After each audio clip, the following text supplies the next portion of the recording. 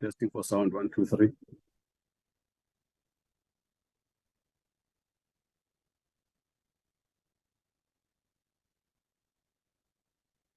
Sound is perfect, Mhlekazi. Thank you. There's a prompt here that says I must unmute. I don't know why. I think it automatically comes up as soon as you log in.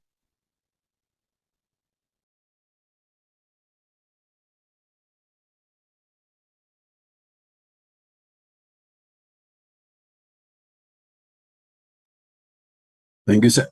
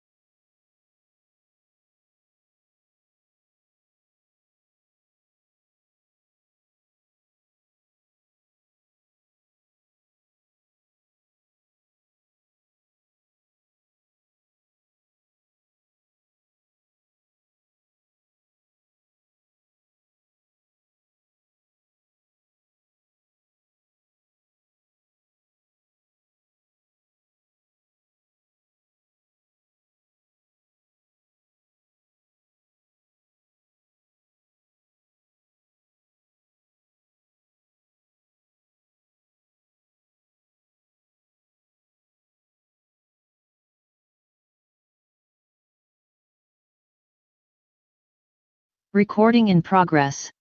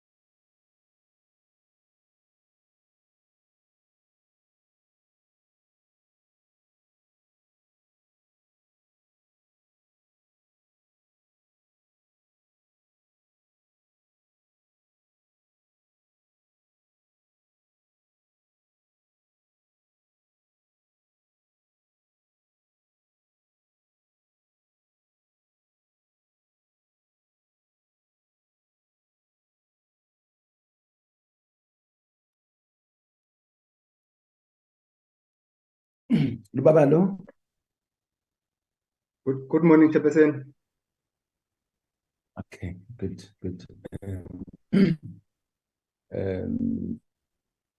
This is logging in. Just told me. Is he logged in? Yes. Not yet, Chair. Unless maybe some of my colleagues have accepted an account under the name of the minister. Okay.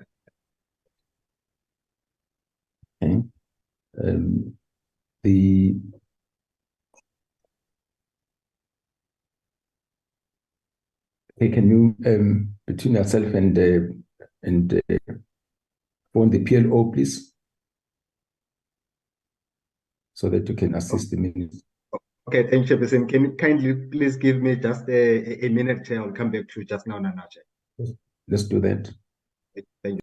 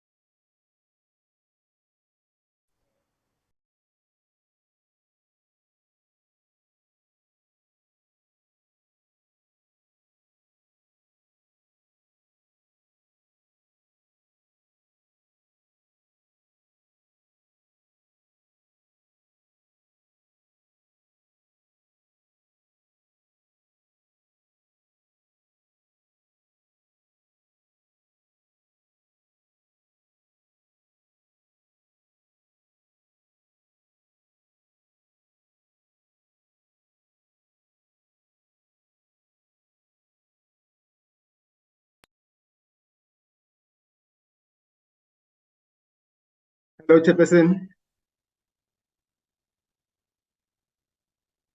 Hello, Babalu. Yes, Chairperson. I have accepted the account of the minister, Chairperson. The minister is on the platform. Thank you. Over to you, Chair. Thank you very much, honorable members from the 4 committees, finance standing committees and select committees. You are all welcome. MECs from the provinces who are on the platform,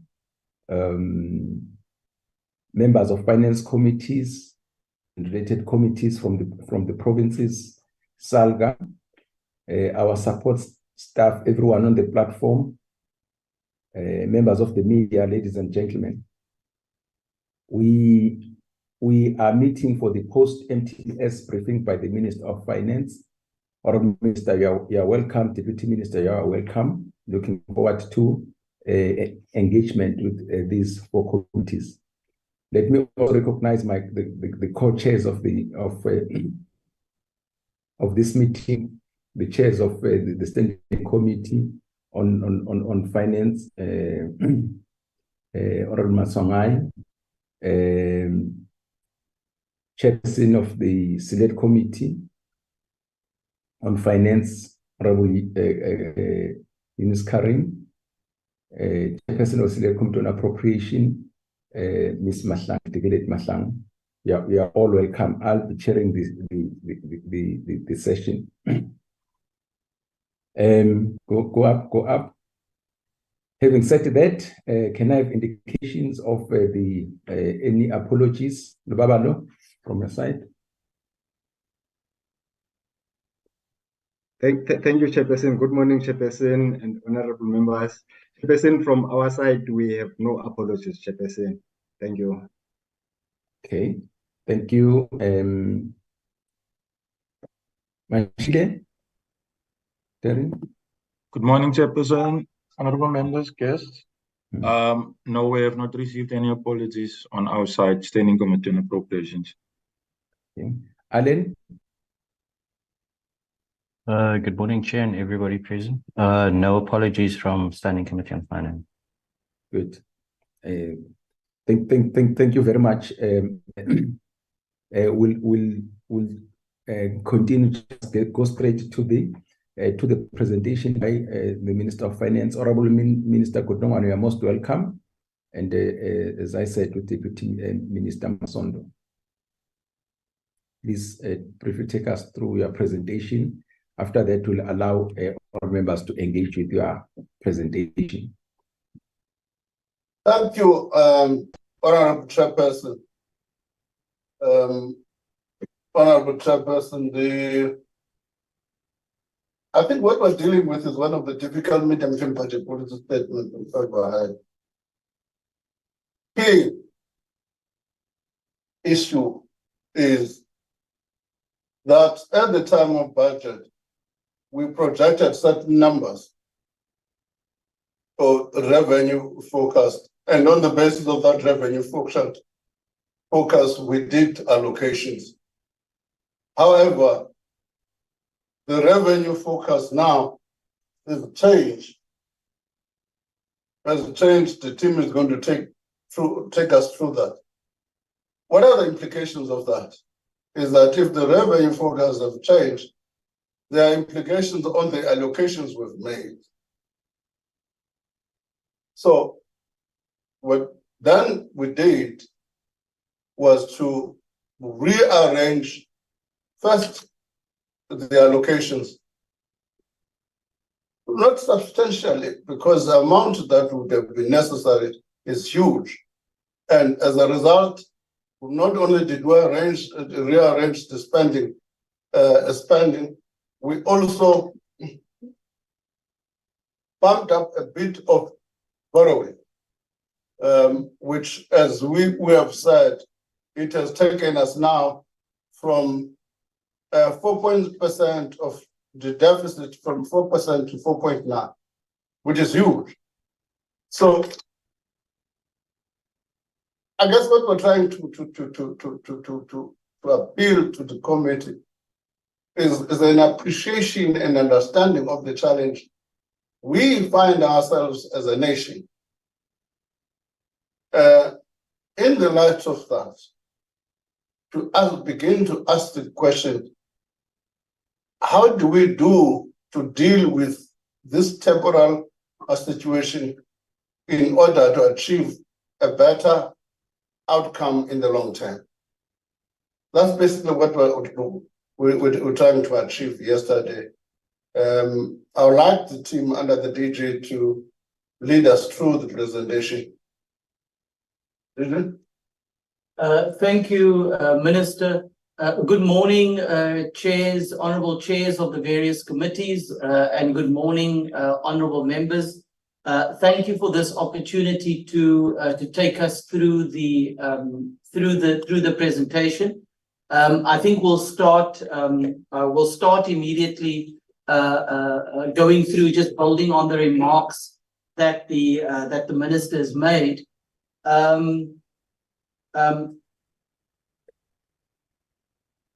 Honorable members, the minister has summarized that this MTBPS does require us to strike a very careful balance.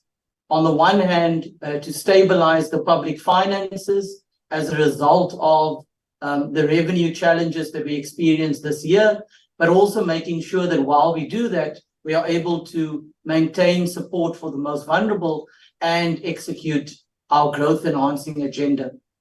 We'll talk about the fact. Yes, Chair. Sorry to interrupt you. Honourable Minister, I'm not very sure whether all the members have been introduced to a brand new DG, but we are going to start with that. Oh, I thought we have done that. Okay, my apologies. We, as you are aware, that we had Dondo Mkhajane, former DG of National Treasury, left us a while ago. We have been looking for a DG. Mr. Momoinat has been acting as the DG. I made reference to that point yesterday and thanked him for the contribution he has done. Subsequent, in the search for a DG, we finally landed on Dr. Duncan Peterson as the DG, as a brand new DG. It is a pleasure to present to you my new DG, Dr. Duncan Peterson. Thank you, Chairperson. Thank you so much, Minister Dr. Duncan Peterson. You are most welcome and congratulations. Obviously, as you know, you'll be interacting with these committees on a regular basis. Dr. Peterson has always been with the department. So we think that will also help. Thank you. Please continue. Sorry for that. I just thought that the other members will hear the voice and they say, who are we talking to now? Duncan, continue. Thank you, Chair, and thank you for those words of welcome. Chair, we will shortly also talk about the implications of inadequate electricity supply and freight rail capacity, both for our revenues and for growth. The presentation will then really outline how we are going to achieve our fiscal policy objectives, what we intend to expect from a revenue collection side, and then what are the broader changes that we anticipate to take place, including the reconfiguration of the state. We always start, chairs and honorable members, with the global economic outlook, which really frames how we think about the fiscal framework. And relative to the time of the budget, global growth is weaker than previously anticipated, and the risks are tilted to the downside, which means that should those risks materialize, global growth will likely be weaker. The IMF has lowered their forecasts, and it really is reflecting a slowdown in manufacturing activity in advanced economies, as well as challenges in China, which is our largest trading partner and continues to affect in a disproportionate manner our growth outcomes. That weaker outlook for China and the lower commodity prices yields a combination that is less supportive of South Africa's demand for South Africa's goods and therefore our growth outlook. On the domestic side, honorable members, we are forecasting real GDP growth of 0.8% for 2023, compared to the 0.9% we projected at the time of the budget, and growth is projected to average 1.4% over the medium term. Relative to the budget, this marginally weaker growth is really reflecting lower household consumption expenditure and lower net exports. We also expect power cuts to continue this year and gradually start easing thereafter. Then, as the energy and logistic reforms start taking hold and start translating into better growth outcomes, they will then start feeding back in to higher growth over time. Moving on now, honorable members, to the two key factors that are driving both growth, low growth in the short term, but also driving lower revenue, is really the underperformance in our network industries, Transnet's declining rail performance that is really having an impact on the economy and on the ability of our exporters to get their goods to market. The National Logistics Crisis Committee aims to improve the operational performance of freight rail and ports and implement those reforms to ensure that we have an efficient, competitive, and modern freight logistics system. We have also seen higher power cuts this year into September than we have for the whole of 2022.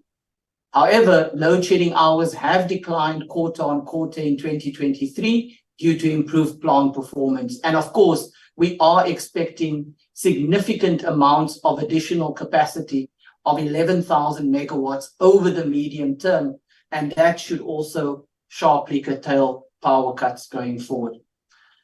In terms of the medium-term fiscal strategy, it really focuses on a number of key elements: realizing a primary surplus in the current year. which means that revenue will exceed non-interest expenditure this year. And that is what we require in order for debt to stabilize in 25-26. Debt service costs will peak as a proportion of revenue in 26-27, but debt as a percentage of GDP will peak in 25-26 and then start going down. We also, over the medium term, intend to protect social protection spending. That is a key part of maintaining the balance between stabilizing debt, but ensuring that social protection is protected as part of the budget. We will keep the composition of spending broadly in line with existing policies while implementing a reconfiguration of government functions. There is the introduction of some very moderate revenue increases, 15 billion from next year onwards. Okay. While limiting.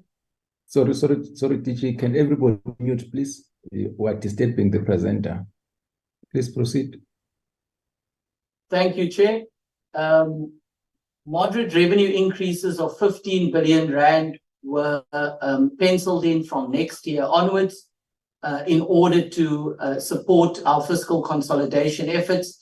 And then the Minister did make mention yesterday of new fiscal anchors that are going to be required to ensure sustainable public finances, and more details in this regard will be announced at the time of the budget. As indicated in the previous slide, the proposed fiscal consolidation will seek to maintain a similar share of the social wage over time.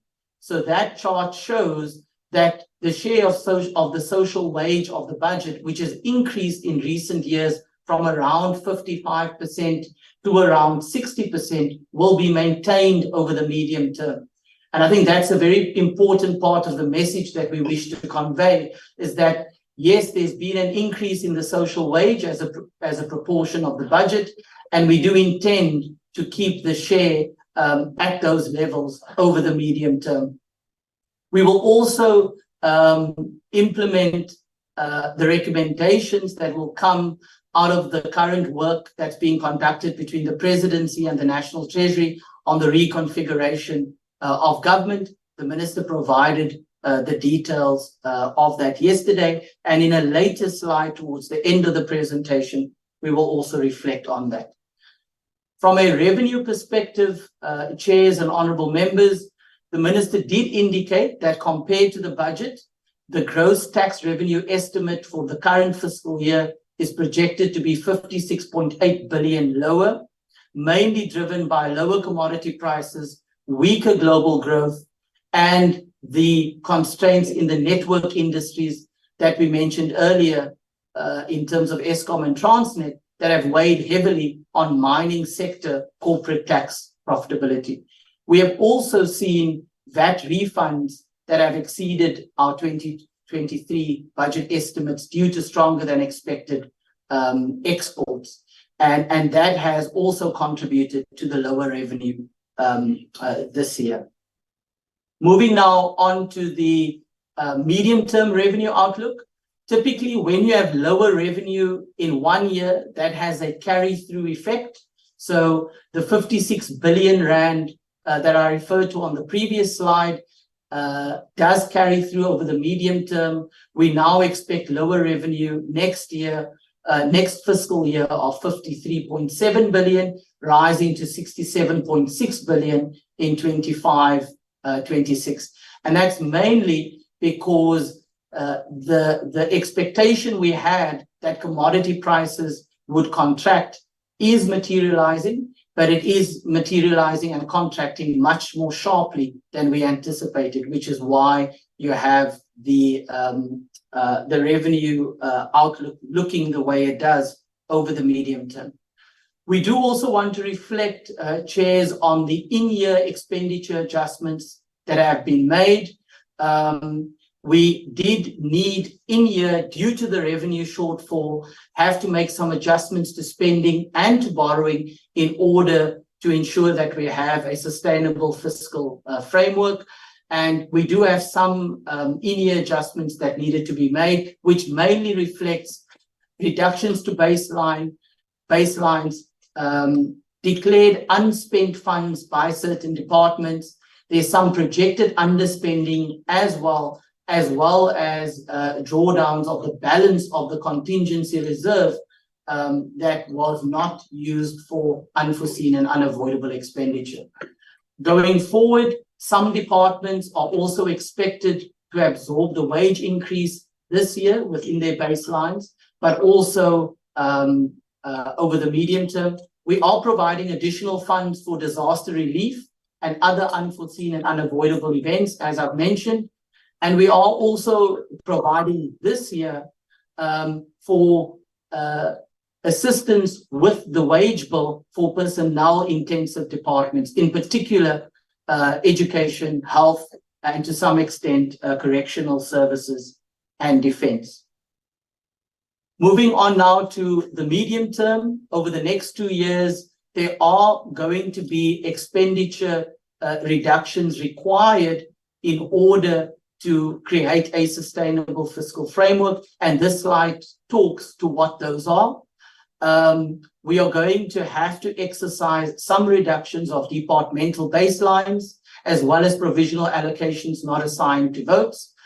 And then, of course, we did have an unallocated reserve in the 2023 budget, which we are drawing down on and eliminating effectively as part of the medium-term exercises. We are also, as I alluded to in the previous slide, making spending additions in order to assist the personnel-intensive departments with the carry-through effects of the wage bill. We are extending the COVID social relief of distress grant for another year. And as the Minister mentioned, putting in a provisional allocation over the medium term in order to cater for any further spending on the social protection system. What the Minister did highlight yesterday, however, is that that provisional allocation is subject to a comprehensive review of the entire social protection system. This first chart here, honorable members, really summarizes the key spending drivers over the medium term. And if you look at those consolidated numbers, you can really see that over the medium term, the bulk of our spending goes to learning and culture. That, of course, includes various departments, including basic education, higher education, and so on. But if you disaggregate those departments, the single biggest line item in the budget over the medium term is debt service costs. And the amount that we're spending on debt service costs is in excess of 1.2 trillion rand over the medium term. It exceeds all individual consolidated spending sectors by function. And it is demonstrating how debt service costs is increasingly crowding out our spending on basic services and other policy priorities. We did mention the fact that we are making targeted revisions to ensure additional allocations to personnel-intensive departments for the implementation of the Public Service Wage Agreement, health, education, correctional services, and defense. And we are also proposing to repurpose spending from public employment programs like the EPWP and CWP in order to support the Presidential Employment Initiative in 24-25. This gives one a sense, honorable members, of the consolidated expenditure by economic classification. And the Minister made the point yesterday that spending on payments for capital assets is the fastest growing item by economic classification. However, what really concerns us is, as we mentioned in the previous slide, the rate at which debt service costs is also growing over the medium term. Finally, this presents the consolidated budget framework, which shows that consolidated spending is expected to increase from 2.3 trillion to 2.6 trillion in 26-27 at an annual average rate of 4.6%. The consolidated budget deficit is expected to narrow from 4.9% in the current fiscal year to 3.6% as a percentage of GDP in 26-27. And there are an expectation of some deficits from public entities, social security funds that will add to the main budget deficit. Bringing all of this together, chairs and honorable members, our debt to GDP outlook that we published at the time of the 2023 budget has had to be revised upwards. We initially in February expected the debt to GDP to peak in 25-26 at 73.6%. It is now peaking in the same year, but at 77.7%. And that is really the confluence of the various events that we have summarized in this presentation. A few words on our financing and debt management strategy as we conclude. The weaker economic and fiscal outlook has led to a higher budget deficit, resulting in increasing debt levels. However, we do continue to finance our borrowing requirement in a prudent and sustainable manner within our strategic risk benchmarks. The concern is that we are entering a period of structurally higher debt redemptions, which we have to service every year. Those are our debts that we took out many years ago that we are now having to redeem the principal amounts of. And in order to manage these redemptions, we are going to have to ensure that we ramp up our bond switch program so that it does not create challenges from a gross borrowing requirement perspective. We will also continue to access concessional funding from international financial institutions to meet our foreign currency commitments, as these are significantly cheaper from an interest rate perspective than having to access the markets. In terms of the wage bill, I think we spoke quite a lot about the wage bill previously in terms of how it's catered for from a spending perspective. I think the point that we're trying to make here is just to say that the wage bill has declined as a share of consolidated government spending from 35.7% to 32.7% initially in 2013-14 to 2022-2023. In 23-24, this share increases to 32% compared to the 31.3% we anticipated at the time of the budget. And this is really because of the additional funding we are making available for the wage increase for those selected personnel, labor-intensive departments. And as we highlighted before, we are catering for the carry-through effects of that. The minister did highlight that over the medium term, we will be introducing new mechanisms to bring the private sector into financing infrastructure and also to assist with providing technical expertise for our infrastructure objectives.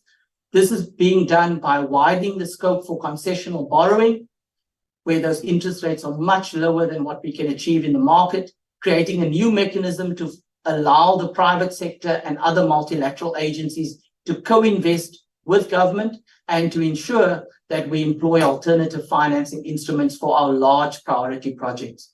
We've also made progress in implementing the recommendations of the PPP framework review to ensure we can facilitate greater private sector participation in PPP projects. And the 24 budget will outline amendments to these Treasury regulations and other key elements of municipal legislation. Finally, chairs and honorable members, the minister touched on this yesterday, which is the announcement the president made in the SONA for the Treasury and the presidency to develop a joint plan to rationalize government departments, entities, and programs over the next 3 years. The Department of Public Service and Administration, as well as DPME, is involved in this exercise as well.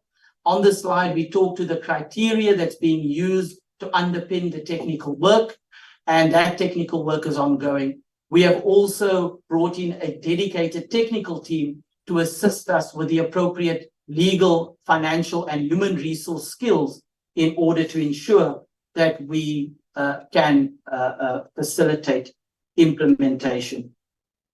Chair, I'll skip over the risks to the fiscal outlook. I'll leave that as the last slide, sorry.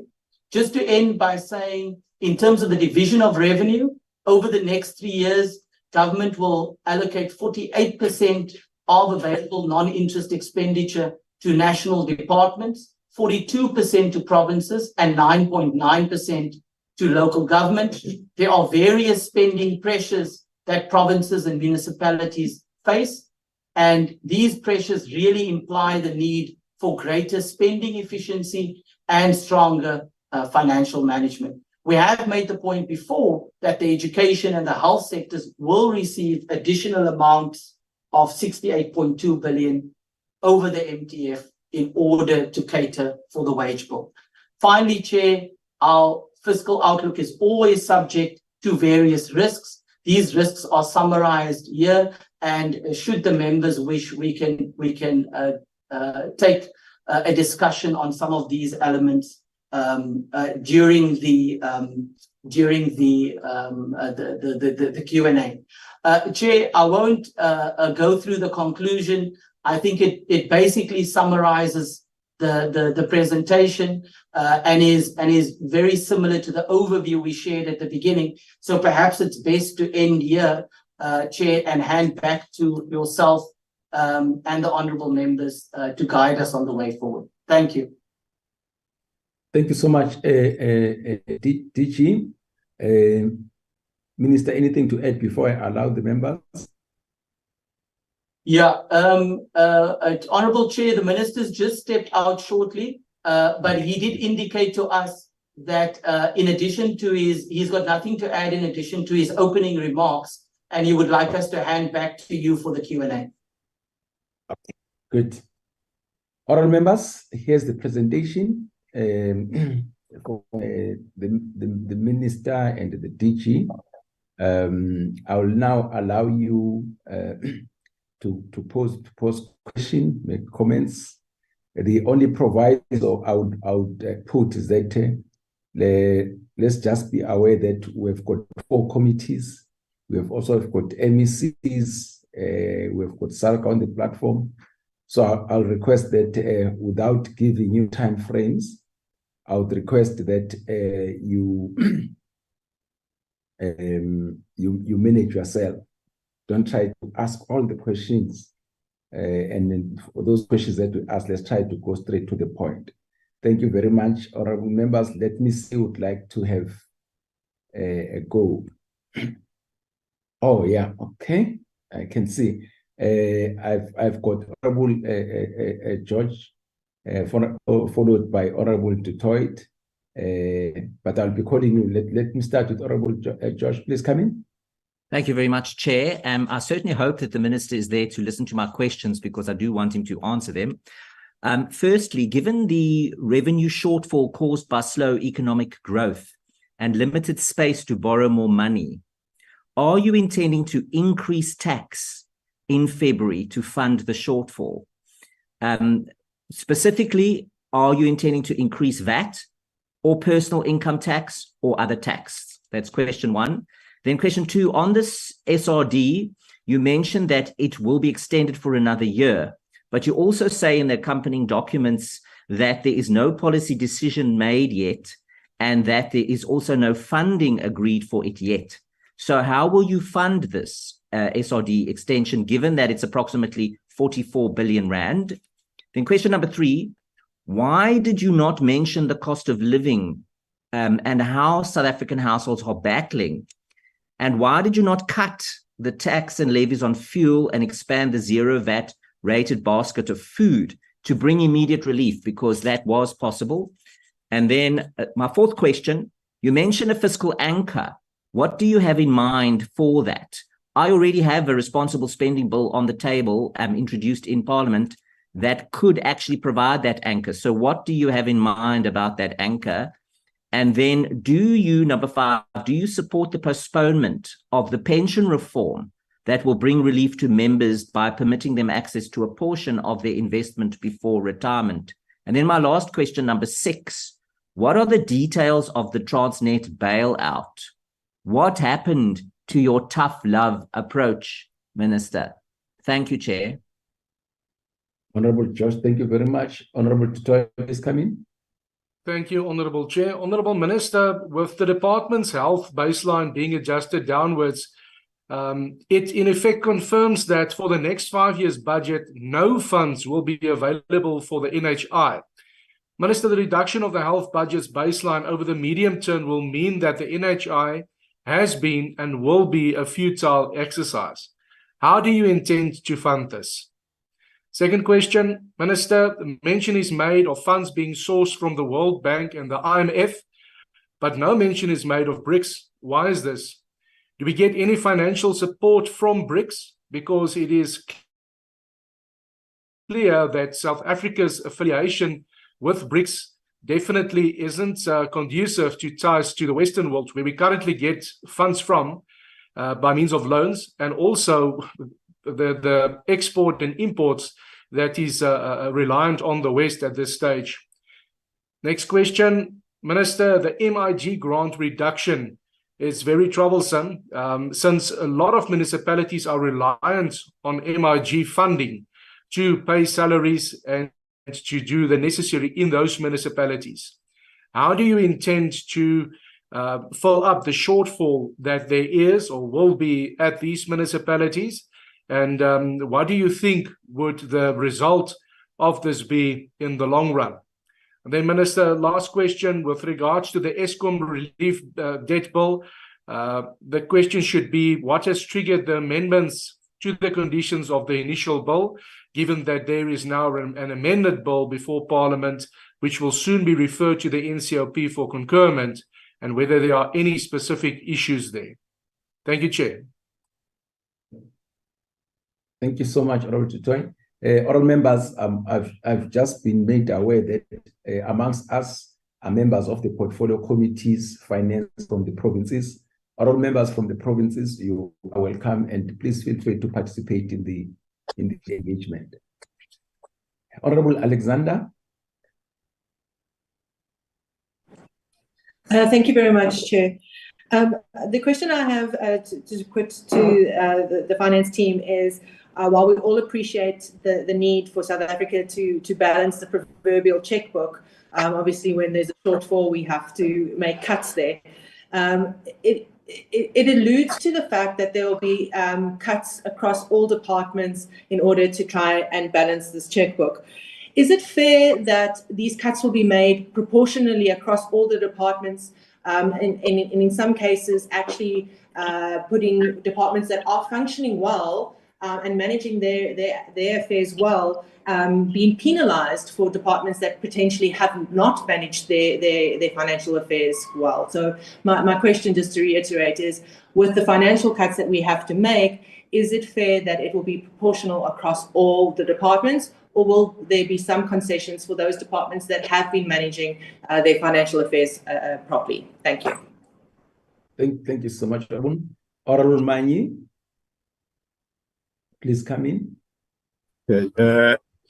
Thank you, Chairperson. I think the first point ready to make is that the input by the minister, as from yesterday already, was far from inspiring. If anything, it's very deflating. It does not help the psyche of the nation going forward. Here with the presentation that talks about all kinds of global challenges, and yet there's nothing that is being said by the minister to ensure that the domestic economy is stimulated. So question number one, what is it that the minister is doing to help, in particular, the private sector, which is the backbone of our economy, in order for them to do what they need to do? SARS is milking the poor private sector like trying to get blood out of stones. And yet the minister and his cabinet are doing everything to undermine what the private sector could do. An example is an issue of how the issue of load shedding is being managed, where you find companies, you go to various sectors, you find people sitting and waiting for electricity.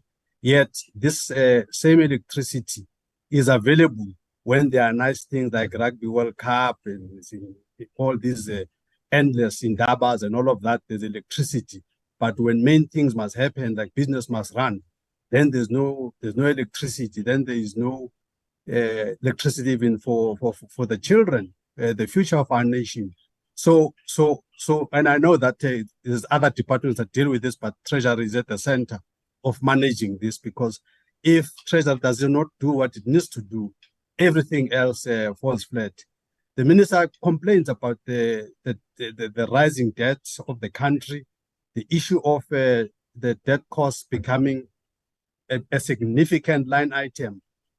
But this government is doing the exact opposite to manage this. Every day we hear how Ramaphosa is going around the world with cap in hand to the IMF, how he's going around the world with cap in hand to all these countries that want us to make stupid decisions of closing our coal mines, which gave us base load, and for us to depend on these undependable renewable energies. So we're doing everything to undermine the economy of the country, and we come here and pretend that the world is the one that is responsible for our lackluster performance. I really think this is actually quite shameful. So I want to know, why is it that we have a load shedding manipulation in this country that is anti-growth of the economy? At the same time, we just complain about how the load shedding is affecting us, and yet it's all in the hands of this government. Why are we being played here, as it were? Last question. The state-owned enterprises are also struggling to, in fact, they're collapsing. And one of the reasons they're collapsing is also the stringent requirements of this PFMA. These state-owned enterprises are supposed to be competing toe-to-toe with private sector. But private sector is working with a very elaborate framework of a Company Act. Why is it that the Minister of Finance does not liberate these state-owned enterprises so that they can do what they can to do their part? I mean, just like we've done with Telkom. Telkom is flourishing now because Telkom does not have to deal with triple PFA. Telkom does not have to deal with PFMA. Why can't all companies, state-owned companies, be relieved from this extreme red tape called PFMA? Thank you, Chair. Thank you, Honorable. Honorable Ryder, please come in. Yes, thank you very much, Chairperson. Yeah, I think my feelings are well known. I would have much preferred this to be an in-person meeting, which allows for a better quality of interaction and slightly more deep. But nonetheless, let's move on. Mr. Peterson, welcome to you. I think after the CEO of Eskom, you probably have one of the least desirable jobs in the country. So we wish you the best of luck. Minister, you've made quite a lot of comments in the speech and around it about the infrastructure, the need for infrastructural growth and investment in order to underpin the economic growth that we're talking about. And this is obviously in support of the President's assertions during the economic recovery and reconstruction plan delivery, where he said we'd have an infrastructure-led recovery. And I think that's important, because we find ourselves in a place where we don't have sufficient infrastructure to really encourage growth. But Mr. Minister, obviously sitting in the Select Committee and the NCOP, my focus is more on province and local government. So I see that there's been a substantial reduction in the amounts that are being put forward for infrastructure investments. So the municipal infrastructure grant that Mr. De Tooy mentioned, we're seeing a reduction. Regional bulk infrastructure grant, reduction. Urban settlements development grant, reduction. These are all things that focus infrastructural development, not only for the communities in residential areas, but also to encourage investment and industrial growth. We're seeing reductions in all of these numbers, which goes against what is being promised in terms of the infrastructure investment. Perhaps you can give me some clues as to why this is happening, or where that money is being taken to. Second question I have is relates to the reduction in the proportion of allocation to local governments that's being brought about by this adjustment budget. Now, we all know that municipalities get about 9% of the national fiscus allocated to them. There was much trumpeting because that's going to be increased to 9.8% over the medium term. And yet now in the very first adjustment, we're cutting that back. So it's a little disappointing from a local government point of view. And then in terms of your comments around the local government funding model, but perhaps a little bit counterintuitive. You spoke about the move to alternative energy and so on, which actually reduces the financial viability of local government rather than improving it.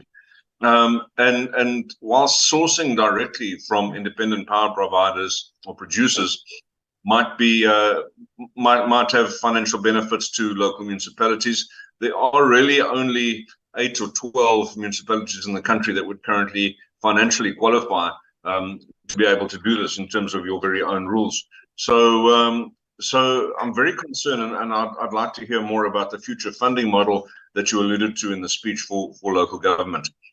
Third question, sir, there's a large increase in equitable share to provinces, but it looks like that's all aimed at the salary bill. If you can just confirm that yes, it is actually the salaries that are getting the money and not actual service delivery. And my last question, Chairperson, relates more to the national picture, and it speaks to the debt funding costs and funding going forward, specifically the actions to get us out of grey listing. Now, there was a short comment indicating that grey listing will be with us, but we will be kind of ready in our eyes, not necessarily in the FATF's eyes, to get ourselves off the grey list in 2025. But I'd love to hear more of that unpacked. And certainly I don't think that we've got the time to unpack it deeply today. But over the coming weeks, I really believe that the steps towards getting ourselves out of grey listing, which is a really important part of the process, need to be discussed in committee. And this is perhaps me raising a flag to make that request. Thank you very much, Chair, Minister, and colleagues.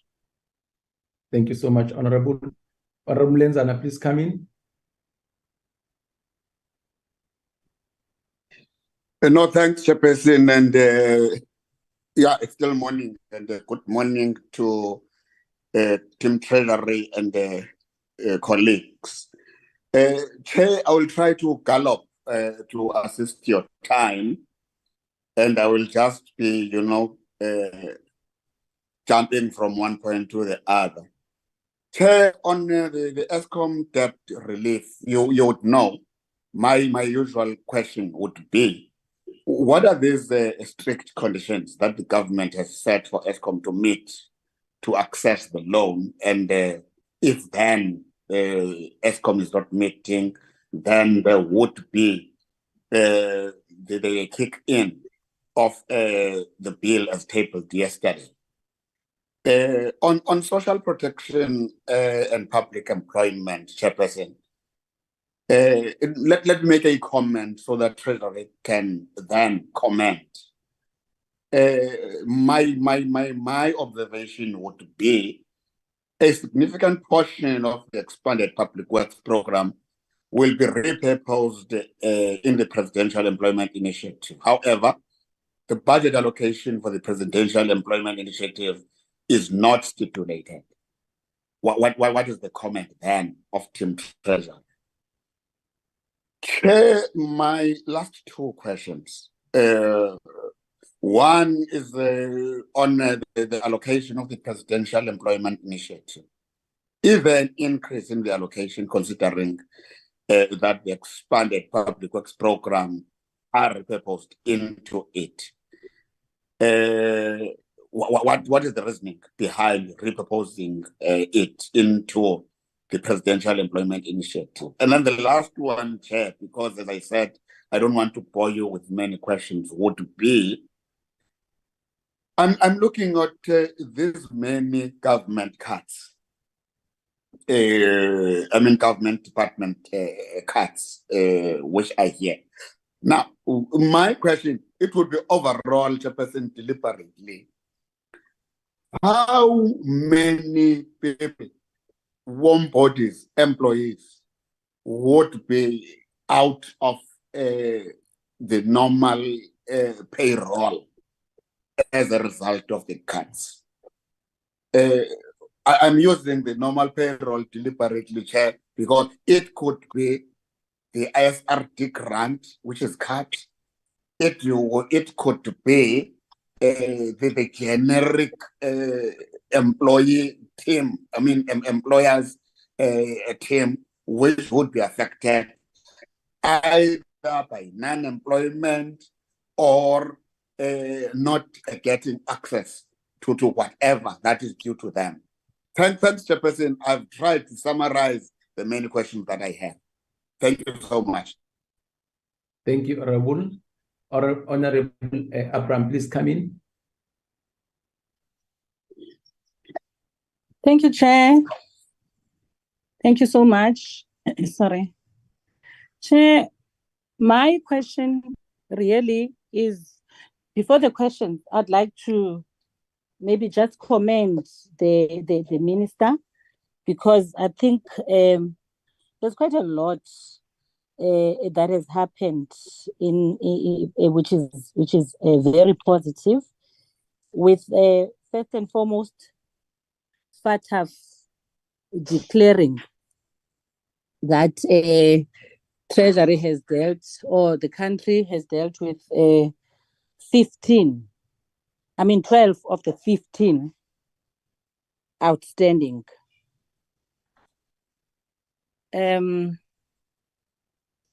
Okay, that's the least I can do to try for the video, Chair. I see you asking for the video. That's the least I can do under the circumstances. Yes.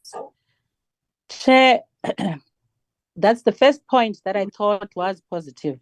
The second one for me, Chair, is the ability for National Treasury to be true to their word in terms of the wage agreement that has been standing between National Treasury and the public service sector.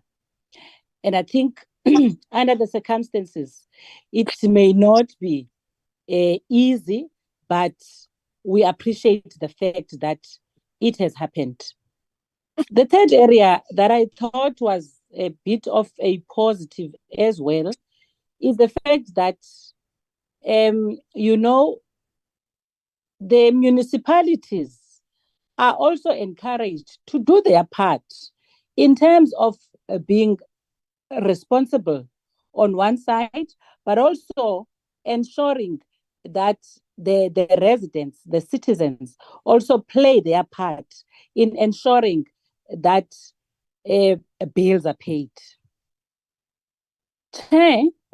My initial question is on the issue of SARS. I am asking a question that we have been asked by SARS as portfolio committees as to, why is it that the National Treasury struggles to give SARS sufficient funds so that SARS can be able to do their job properly in terms of ensuring that there is tax returns and that people are doing the best that they can in ensuring that the nation or the state has got money. Sorry. My last questions, Chair, would be on Eskom and Eskom debt relief. Firstly, one is interested to know what the conditions are that government has set for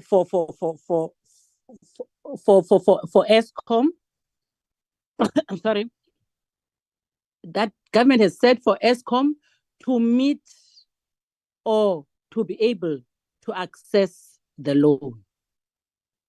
what are the conditions that have been set, and whether government has assessed whether Eskom will be able to meet those strict conditions, considering the current state of the utility.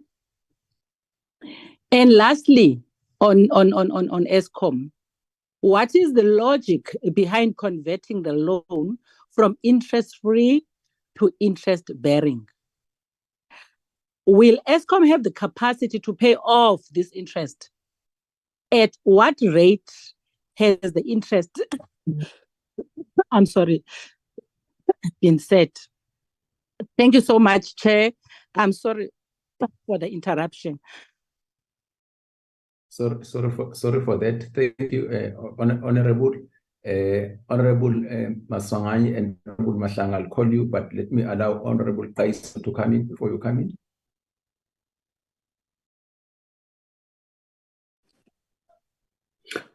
Thank you very much, Honorable Chair.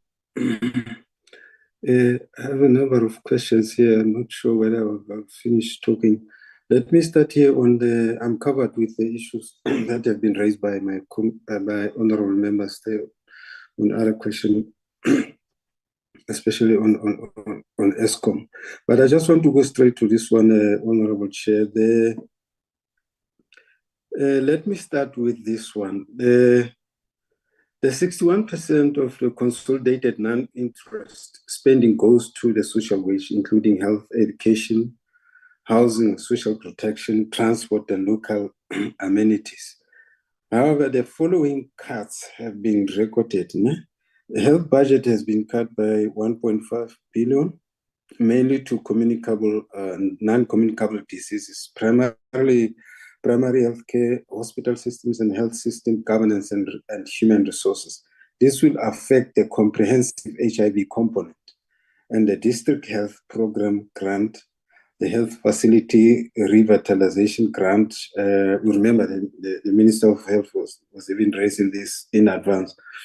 So on the basic education budget has been cut by 1.7 billion, higher education budget cut on 2.9 billion,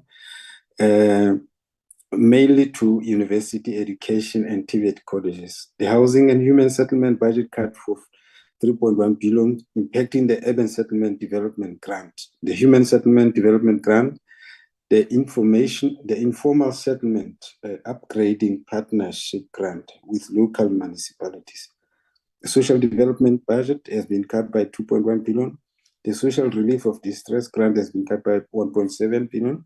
The child support grant by 600 million, disability grant by 200 million, and 140 million, and SASSA 400 billion, amongst others. So public works and infrastructure budget cut by 300 million, affecting mostly the expanded public works program. Water and sanitation, 181 million. Transport budget, 1.2 billion, impacting on capital projects, signaling metro rail refurbishment of coaches and mainline passenger services, amongst others. The metro rail passenger services, amongst others. So how much is allocated, if I'm to start, to Presidential Employment Initiative? This is a question that I want to know. Is there any increase in the allocation, considering that the expanded public works program is repurposed into it? And what is the reasoning behind supporting it to the Presidential Employment Initiative? I mean, repurposing it. What is the reasoning behind that? How many additional jobs opportunities will this create? And what will be the implication of the decline for the grant recipients, considering that 1.7 billion budget has been cut? Because we say this has to be extended, but at the same time, there's a 1.7 billion. It's a bit confusing. So how many people will be excluded from the access of these social grants in figures? Yes. Now let me go to this one on the NHI. The NHI has been very central, to the implementation and accessibility of healthcare to the people in the country. But I just want to understand from what is then the implication on specifically on NHI? What is the implication with the card itself? So that one understand from the onset, because it's a area of policy implementation on this one. So I'm very interested on those ones. And then so I just want to understand, because the issue of reprioritization, or budget prioritization, or fiscal consolidation. If you go back to the years around 2017, 18, 2019, 2020, where the shortfalls there in those respective years was in 2017, 61 billion, 58 in 2018, 19, and 70 billion rands respectively in revenue. The current shortfall is therefore not abnormally large if you compare these fiscal financial years. Now, the current shortfall is therefore, yes, not very large. So then, if then compare, I'm just on comparison. Maybe I might be missing something. I just want to understand that, because that's how it looked like in 2017 to 2018, 19, 20, 2019, 20 financial year. So it was not that large. But now at this stage, it resulted in Treasury in now implementing now the reviewed, implementation strategy in a form of, revising a budget there. So I just want to let me pause here, Chair, and just to get clarity on those. Thank you very much. Thank you, Honorable.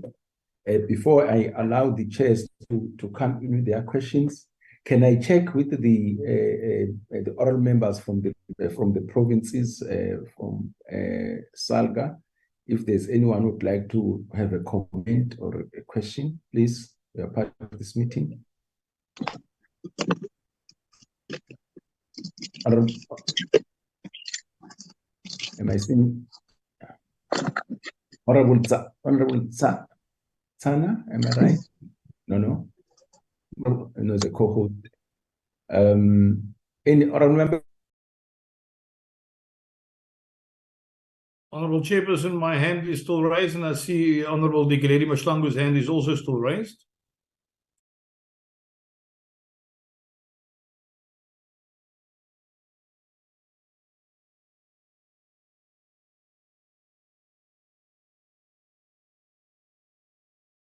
You are muted, Honorable Chairperson.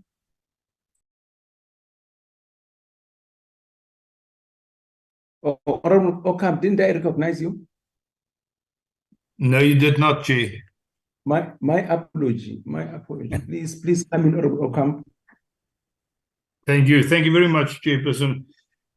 Honorable Minister, in the speech that you gave yesterday, there was a lot of talk about what needs to be done. My point that I want to make with regards to what needs to be done is that we need to start doing the correct things instead of the politically correct things. Now, you refer to possible cuts in the size of government and the size of the public service, but yet we are to see that being implemented. If we look at the cost associated to the public wage bill, and we saw what happened this year with regards to increases, the only clear thing that is coming out of this is that people on the ground is sacrificing service delivery. They're not getting a certain amount allocated for service delivery because you've got to pay the public wage bill. And you've got to pay this bloated cabinet and every single person working in those departments. My question is, when are you going to, and when will the president start to cut back on the size of his cabinet, and when are you going to cut back on the size of the amount of government employees, who is taking up one big portion of this bill. In essence, we need to concentrate on service delivery to millions, 62 million people on the ground, instead of trying to keep votes for a ruling party by employing people in the government sector who are not, by the way, doing their jobs as they should. Chairperson, with regards to municipal debt relief, the Eskom debt relief bill allows for the cut off or for the writing off of certain debts for municipalities over a 3-year period, on the condition that they meet certain requirements. What I would like to know from you, Minister, is will the debt be written off first and then those municipalities have to meet the requirements? Or will it be a case of municipalities, we give you a chance to meet our requirements, whereafter the debt will be written off? I think it is important to do it in that sense so that municipalities know what their targets are in order for them to get debt written off.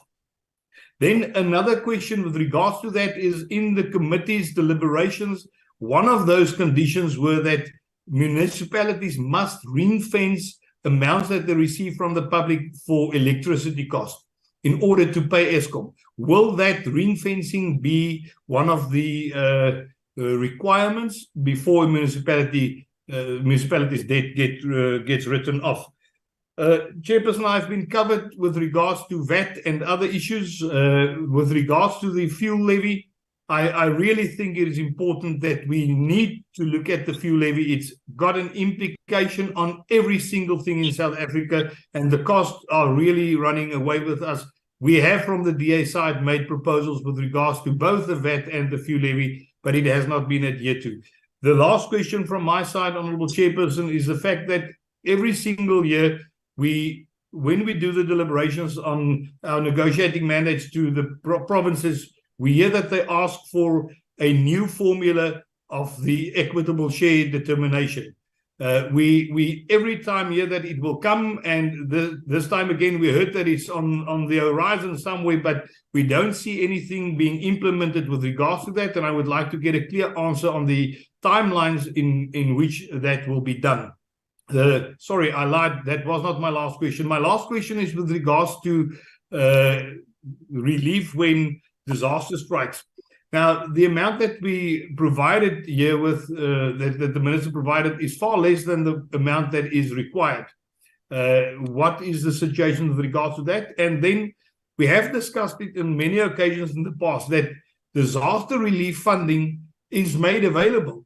But in order for that to be implemented or to be obtained by provinces, disaster declarations needs to be done. Now, we sat with huge amount of fires in the Northern Cape, where I come from, in the last 2 months. More than 400,000 hectares of grass or grazing land has been burned down. I have asked the Premier, and we have even put a motion in the NCOP where the Premier was asked to declare those areas as disaster areas. But they don't do that. Now, if they don't declare disaster areas, then disaster funding does not come available. What will the minister do interministerial or intergovernmentally to persuade premiers and MECs to, rather sooner than later, declare disaster areas to make funding available, because they are sitting on their hands when it comes to this, and it's very important that it needs to be done urgently. Thank you, Chairperson. Thank you very much, Honorable. Honorable Mahlangu, please come in. Thank you. Is the co-chair of these committees, chairperson of the Select Committee on Appropriations, my counterpart on the higher house. Yeah, welcome, Honorable Mahlangu. Thank you, Shenge, and good afternoon. I think it's afternoon already. Let me join the honorable members by welcoming and appreciating the team finance led by the minister, and also welcome the new DG, whom we will be working with him closely when we are processing this bill before us. Chair, I have been partially covered by most of the members who have spoken before me. I'm not going to emphasize, even though I nearly got tempted to emphasize, but then because of time, I'll just stick to what I wanted to ask. Chair, my first point of entry is whether there are clear and specific measures being in place by this government to mitigate the unprecedented growing debt service cost, which anyway absorbs the larger amount of resources for social programs. And what are the specific time frames? Because it doesn't help to pronounce on issues or on good policies or good intentions without time frames. And it makes it difficult for us as the oversight body to hold the accounting officer, the executive and the accounting officer or the department responsible if there are no time frames. So if there are time frames, we are able to follow up on issues that we have identified or have been presented or pronounced by the minister. Chair, also on this issue of the social grant, we welcome the pronouncement in the MTBPS, but one has asked previously as to where will this money come from. But we know that as the Select Committee on Appropriations in the NCOP, this has been our recommendation that it needs to be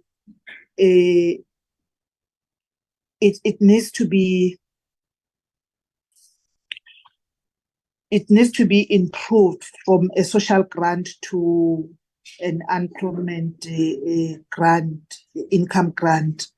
So we are happy, but then we know that there will be questions as to where will the money come from.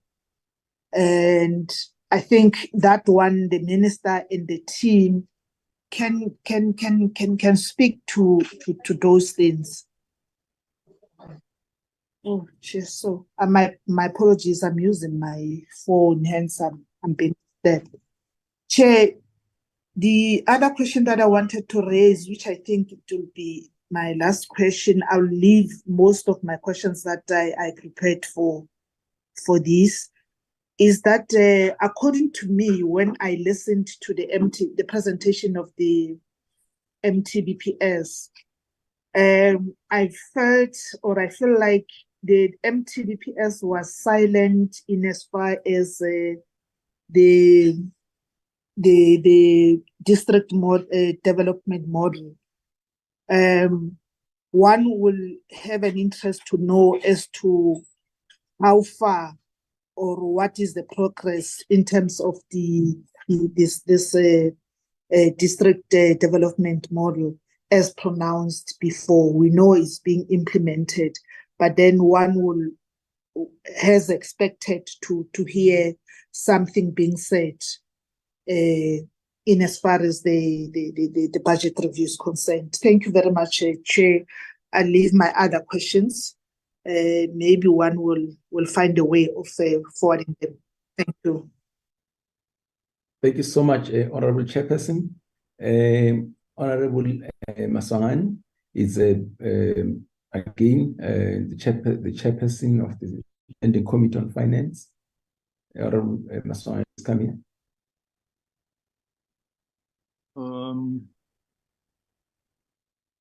Thank you very much, Shangen. Minister and colleagues from the two houses, and welcome the tabling of the MTBPS by the minister. He's working on a very tight rope. I don't envy him. One, Chairperson, the minister spoke about restructuring the state. It's a very big concept. What do they mean in actual sense as treasurer when they say they want to restructure the state? Do you want to restructure administration? Or, because the state is much broader. It includes the police, the administration, the army, and the territory as a whole. It's unlike when you say you want to restructure government. But to restructure a state is an enormous task. What do you mean in specific terms? And do you have a framework that you will show us before we take the report to the House so that we don't agree to something that we don't understand? At some stage in one administration, there was some sort of restructuring. And then it ended up in closing universities or merging universities. Now we're sitting with problems because certain universities were merged. You remember Medunsa was almost done away with. We had to re-establish Medunsa in the form of Sefako Makgato and many, many other universities. So it will be important, Chairperson, that the minister says, this is the framework that we're talking to when it comes to restructuring. The solution to the problems that we have is to grow the economy. In terms of the ERRP, do we have clear deliverables that these are the targets for this year in terms of the ERRP, and this is how we're going to achieve them? Or we're patching there and there, we're running around, where there is a problem, we go there. The policy, are we still on ERRP, or we're on the new growth path, or we're on something else? And are there clear deliverables? The last question, Chairperson, is the rollout of solar panels. You remember last year we discussed the issue of solar panels, where the minister said that those who will afford to buy the solar panels, spending their own money up to 15,000, there will be rebates. And in the debate that we had with the minister was, what about the poor people? Is there a program by municipalities that will roll out solar panels to the poor people? Because 15,000 now, in the time in which we find ourselves, is lots of money. Many people can't afford even to buy bread to have a meal at the end of the day. So let alone buying a solar panel. What is government's approach in this regard, more especially to the poor? Thanks, Sheng. Thank you, Chair Masangai. Let me just make sure that Honorable Karim, please come in. Chairperson, I explained my connectivity problems right now. So if you please overlook that I'm not on video. I wasn't actually going to ask anything until Comrade Joe raised the issues he did now, the first point he's making. It struck me reading the speech, I think, and or one of the documents, that Treasury is talking of 3 more years, in which they, if I got this correct, they're going to review the structure and form and state of the state, if you like, of government, right? But this process began, I thought, before the last elections. I'm not sure that the Treasury was working on it. I think it might have been Public Service and Administration or some other structure. But it was done, I think, also under the presidency. So presumably, this is not a finance committee or Treasury function. They can do the basic work, but presumably they were discussing with other ministries and departments. because these issues will prove to be quite challenging, even if it's necessary to do. And presumably they will carry everybody with them, and also the labor movement and so on. But personally, I mean, I don't know what our collective position is. It does seem to me reasonable to review government and the duplication and so on, and in fact, state-owned entities as well. These are issues, I think, in some or other form, one or all of our 4 committees, or more than one, but maybe less than 4, have raised. So I think in principle, it's fine. It's the way Treasury does it that matters. And I'm a bit puzzled why it's going to take another 3 years. Thank you. And the other issues I wanted to raise are covered in some form or another by others. Thank you. Thank you, Chair. Finance, Select Committee on Finance, that is the Finance Committee on the Higher House. Thank you so much. I think let me come in. I don't see any other hand. Okay, yeah. Let me come in, all members. Thank you all for the questions that you have raised. But let me thank the Minister of Finance, the DG, and Treasury team. Indeed, it is difficult times. A lot of factors. Again, we do have our domestic factors, but the situation internationally, the geopolitical situation internationally, has contributed big time to the situation that we find in. So the sooner we become part of the resolution of those problems, i.e. the Ukraine Russia conflict. That's why we welcome the initiative by the president and some of the presidents from the continent, their intervention in that conflict, because it has got a direct bearing in what we are doing. The situation in the Middle East, Israel and Palestine, again, it's another external shock, which I don't think have been factored in the numbers that have been delivered. If it's allowed to continue, again, it will impact negatively on our own situation. So, as a country, we need to be involved in the resolution of those things, not in fueling the fire like other countries are doing at the moment. Coming back to the presentation, I think one thing which we commend Honorable Minister is that these interventions, the cutting and so on, we know that they are not sustainable. They are just stopgap measures. And as the other members have said, the answer is here economic growth, which is inclusive. So I think we should commend the Minister and the National Treasury for ensuring that infrastructure spending is protected in this process. Because as we have said, that we are looking at infrastructure directly and indirectly contributing to economic growth. Also in the same vein, I think we need to also applaud the fact that as we do that, the poorest of the poor are being protected. As we saw that, for instance, the SRT grant, because we are still swimming in this challenging economic time, that it has been extended. Again, showing that we are caring about those people. Again, the social wage increasing from 55.8% to 60.7%. Again, showing that while all these cuts which were unavoidable under the circumstances, we make sure that we continue providing the safety net to our people. My first question to Minister and the team. Whenever we talk about borrowing, especially foreign borrowing, we always stress the question of the interest rate that is low, which is cost of capital, which is low. But one thing that I don't hear us saying, talking about, is the exchange rate risks, which are huge, as you know.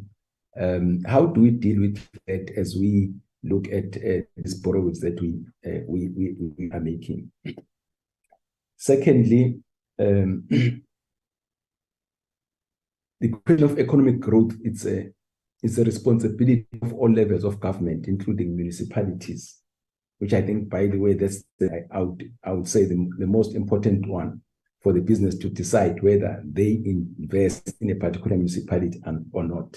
So my question is that, are there any interventions by National Treasury stroke national government to ensure that they create a conducive climate for private sector investments in the municipalities? Do we have such programs? If we have, can you please share with us what exactly those programs are? Also, economic growth once had Operation Pakisa, which basically was talking to the question of oceans economy. Vast potential when it comes to what it can do, both for business, for government, and for small fisheries. What is happening? Have we decided to discard it? And if we had discarded, why? Because the verb that we had when it came to Operation Pakisa before and all the potential outcomes of it, for me, it has been deflated one way or the other. Can we share with the committees what exactly is happening on that? Why I'm mentioning it is because we are busy trying to look at those areas which can help us and assist the economy to grow. Minister and DG and the team, those are our questions.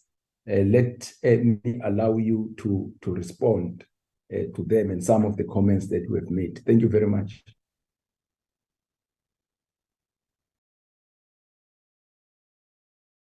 Minister muted. Are you muted? DG? Thank you. Thank you, Honorable Chair. Maybe let me start by appealing to the committee that as a matter of urgency, would like the ESCOM Debt Relief Amendment Bill, together with the Division of Revenue Amendments Bill, to get some priority. That's our appeal as committee. And Honorable Chair,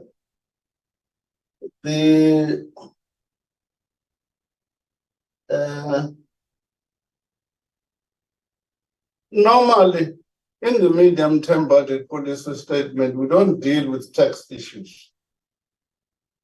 Tax issues are dealt with in the normal budget in February.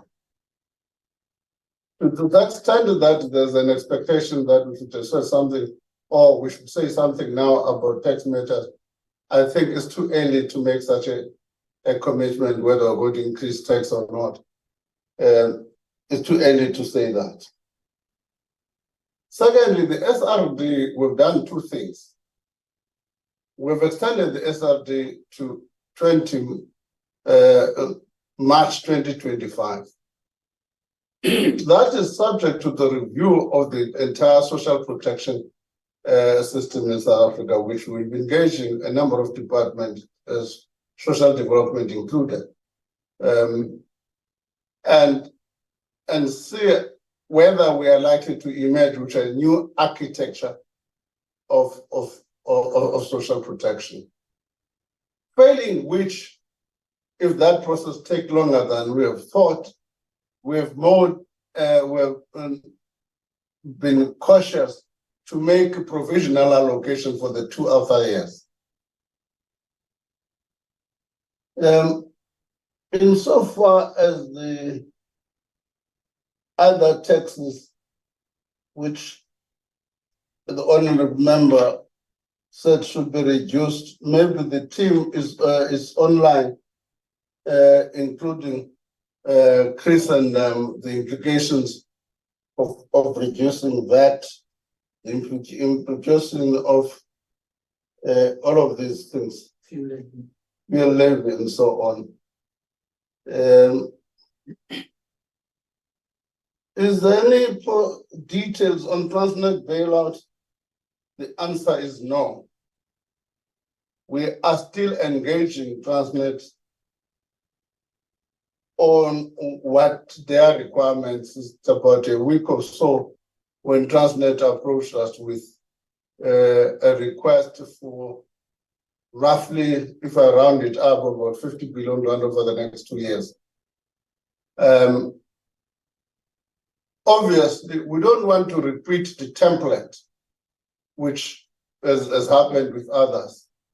An example, for instance, we've had ESCOM for years, and funded them about 283 billion rand to date, and we're beginning to start a new process of funding of another 254 billion rand, combined figure of R500 billion to ESCOM, without necessarily focusing on power to the grid,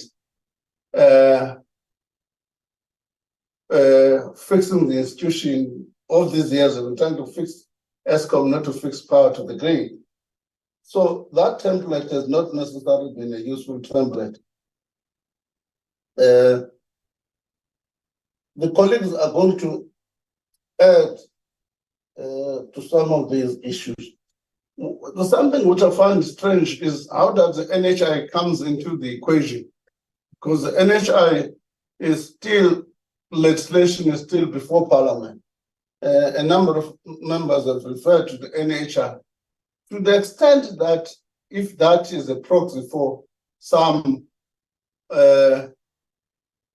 health cuts, which I think Honorable Kaiso made reference to the HIV, my understanding from health is that, in fact, they've realized some saving in the procurement of the ARVs, and substantial savings for that matter, and therefore this will not have an impact on them.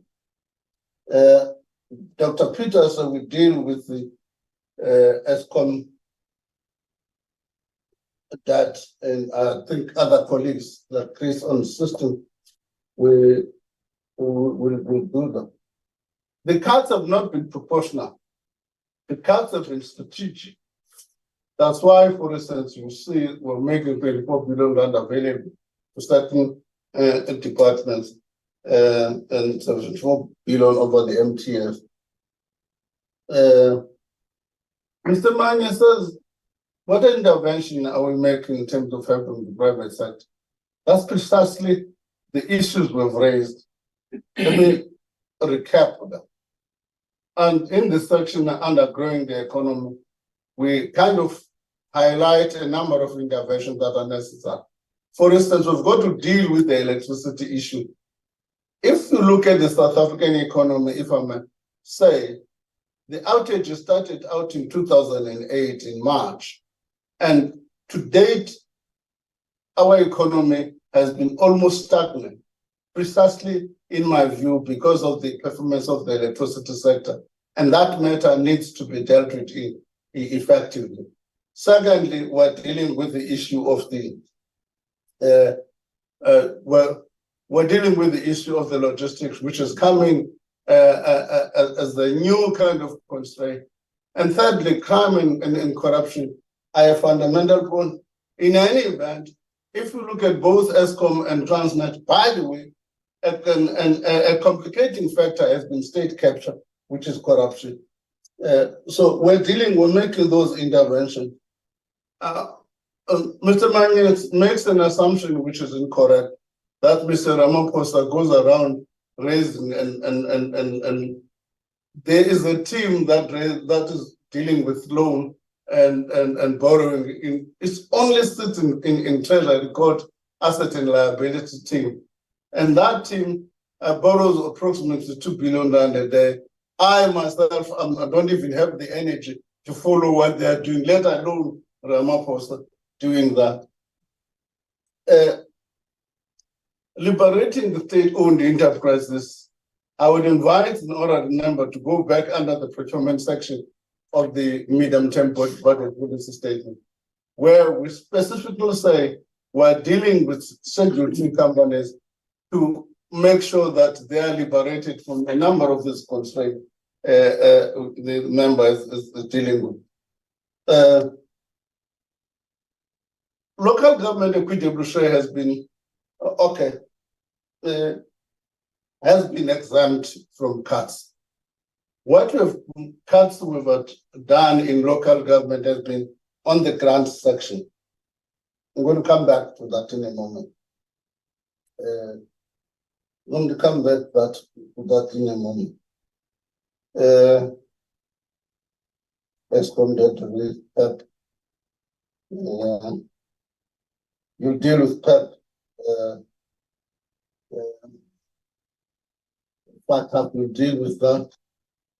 SARS and giving SARS money. I know SARS has been always coming to Parliament. I don't know whether it's the appropriate way of pitching for a budget is to rush to Parliament. I don't think is the appropriate way. By the way, we've given them an extra R1 billion this financial year, precisely for that reason. Let's hope that we'll get that in place. On the new equitable formula, let me say one point. I have not promised any new equitable formula. Maybe my predecessors did.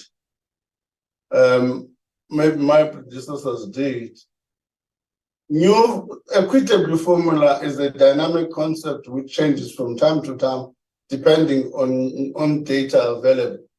In the light of Census 22, now, surely the equitable formula will have to be rejigged to reflect the changing data which has emerged in 2022. That's the first point. Secondly, equitable formula, the vertical component. Let me take over. The vertical component reflects functions. If you look at the police, for instance, which is a national function, it sits at about 111 billion budget. We can go on and on. Correctional services, all of those departments are heavy in personnel and their functions, and therefore, from a vertical split, it is a reflection of those functions. Horizontal, it reflects a function on a number of things. For instance, the fact that the population dynamics have changed is likely to have an impact on the revenue sharing between provinces. That is going to take place. On the disaster, I don't know what the honorable member is saying when you say it's less than the need. It may well be the need out there is more. What we have before us are requests that has come through the Disaster Management Center. And those requests that have come through the Disaster Management Center, we have funded them. And the DDM, I give you that. On the reconfiguration of the state, I would appeal to Honorable Masanganye to reflect this issue. But you will recall that in the State of the Nation address, the president said he is the presidency and national treasury, and now we've included the Department of Public Service and Administration that are working day and night on this area. Dr. Peters will elaborate further on it, but we can't finalize conclusion before we finalize the medium-term budget policy statement, because the president will be finalizing even in February. We are agreed that there should be on growth and the role of the ERPP and the NDP in particular. Both of them were done an evaluation. There has been a 10-year review of the NDP, which suggests that we needed to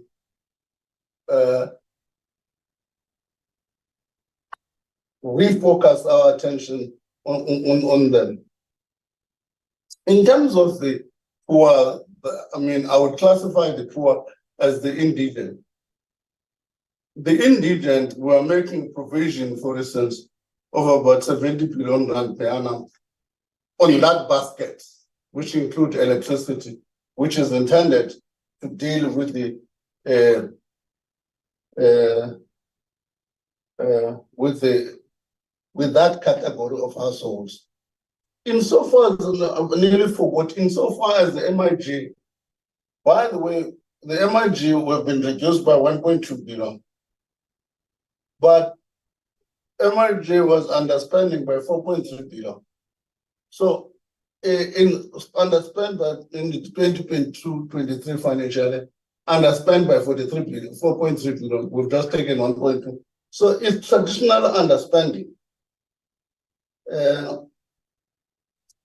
There are, of course, exchange rate fluctuation risk when you do a foreign borrowing.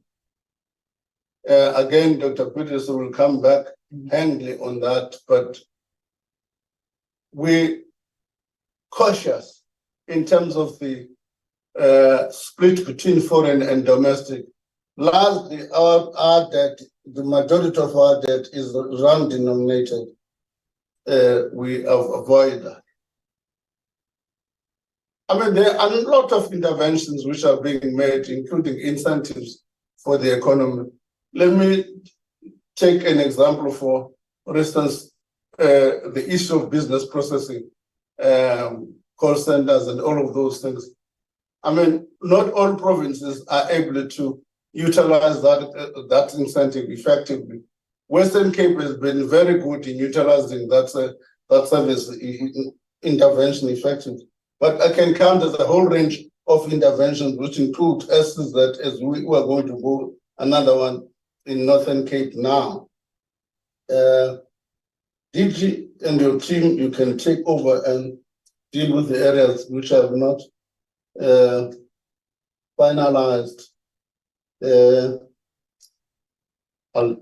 Okay, thank you, Minister, and thanks again, honourable members and the chairs for your questions.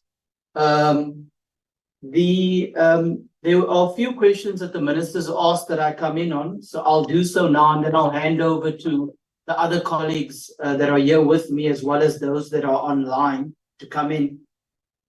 Firstly, on the Eskom debt relief and the amendment bill and the conditions and so on, let me respond to it in the following ways. Firstly, the conditions that were imposed by the Minister of Finance as part of the Eskom debt relief arrangement, those conditions have remained unchanged, and they have been in our quarterly update presented to Parliament. What they do include are the usual set of conditions that we have discussed before. Things like the amounts may only be used to settle debt and interest payments, the fact that capital expenditure is allowed but should be undertaken with the written approval of the Minister of Finance, in particular if those are greenfield generation projects. It talks about the sale of non-core assets. It talks about the fact that the guarantee framework for Eskom will decline as the debt is being reduced. And then it puts limitations on things like the use of derivative contracts and other financing mechanisms. We can certainly make the detailed conditions available again to Parliament, and perhaps, Minister, we can prepare a letter in that regard for you to submit. There have also been questions about Eskom's ability to meet these conditions. These conditions have, of course, been discussed by ourselves, by the Department of Public Enterprises with Eskom, and we monitor those on a quarterly basis with the shareholder department. In terms of the intention of changing the loan from interest-free to interest-bearing, as we say in the MTBPS, this was really about improving how the cost of the debt relief arrangement is reflected in the fiscal framework. We have to borrow money in order to pass it on to Eskom. And so in terms of reflecting the cost of the arrangement more accurately, it makes sense for us to also charge interest rate on that. We have, of course, discussed this with Eskom to make sure that the interest burden is not detrimental to their balance sheet position, and they have been engaged with us in these conversations. We have not, however, settled on the final interest rate amount. That is something that will be clarified between the technical teams in Eskom and in the National Treasury. But we will, of course, make sure, as I said before, that it does not become detrimental to Eskom's balance sheet. The other amendment, of course, is to the extent that Eskom does not meet the conditions going forward, the Minister of Finance in the bill will have the ability to reduce the debt relief amount up to a maximum percentage of the debt relief. And that is really about making sure that Eskom is held accountable for the conditions of the debt relief. And it responds, honorable members, to something that certainly we have been asked by almost every committee that we've appeared before on this matter, which is how can you strengthen the accountability by Eskom for the Eskom debt relief? When we hand over this much taxpayers' money to an entity, how do we ensure that we hold them more effectively to account? And so these amendments that we are proposing are really about strengthening the accountability mechanism and is in direct response to the requests that have been made by Parliament. The final two comments on my side, the Minister asked that I comment on the technical process around the reconfiguration of the state and the work in that regard.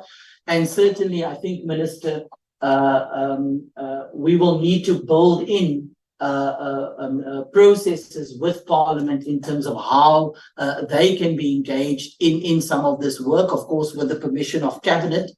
But really, we have done over the last 6 months quite a lot of technical work between the Presidency and the Treasury and other departments. And now we are bringing in the DPSA, the DPME more closely, as well as a technical team that can build on that work. And that work is really about what are the implications of these reconfiguration suggestions for the service delivery objectives of government. What does it mean in terms of legislative changes that might be required? And how does one give practical effect to some of these suggestions, with the main aim being, of course, to improve the effectiveness and efficiency of government. The Minister also asked that I talk about the exchange rate risk associated with the foreign borrowing. There are two ways, honourable members, in which we manage the exchange rate risk. The one the Minister already alluded to, which is that we have a risk benchmark for the proportion of foreign exchange denominated debt as part of our framework. That risk benchmark is around 10%, and we ensure that we maintain that risk benchmark, because as soon as we start exceeding that risk benchmark, it creates risks for the fiscal framework.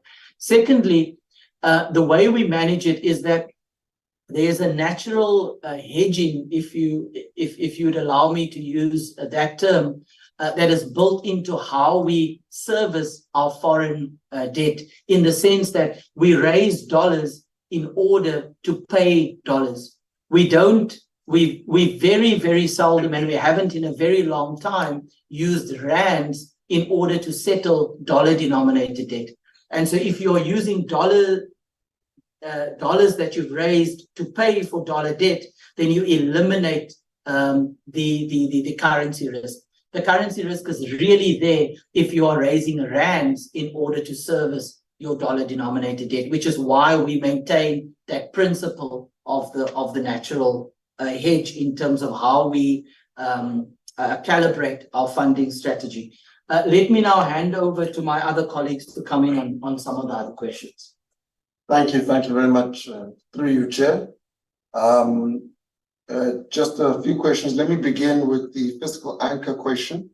As we indicated in the MTBPS, beginning in Chapter 1 as well as in Chapter 3, We have had a fiscal anchor in the form of a spending ceiling in the past, but we are upfront in acknowledging that it has not succeeded, mainly as we state in the book, because it has not been binding. So what we are working on, and that work has already started, is on either another or additional anchors, number one, and number two, that it must be binding. In this regard, we do welcome and appreciate various contributions that have been made, including by honorable members on this. We've participated in conversations in the past, and we have positively welcomed the intentions that Honorable George is talking about, and we continue to welcome contributions into that process from across the board, including honorable members. So we certainly welcome that. And the details, of course, as we indicate, will be announced in the February budget, where there will be more detailed consideration by members as well. The second point is just to underscore what the minister was saying with respect to the cuts. Of course, as ministers indicated, the cuts will not be across the board or proportional. They're strategic. But I also wanted to indicate, including in response to Honorable Kaiso's questions, that there's been a very specific set of analyses on these items.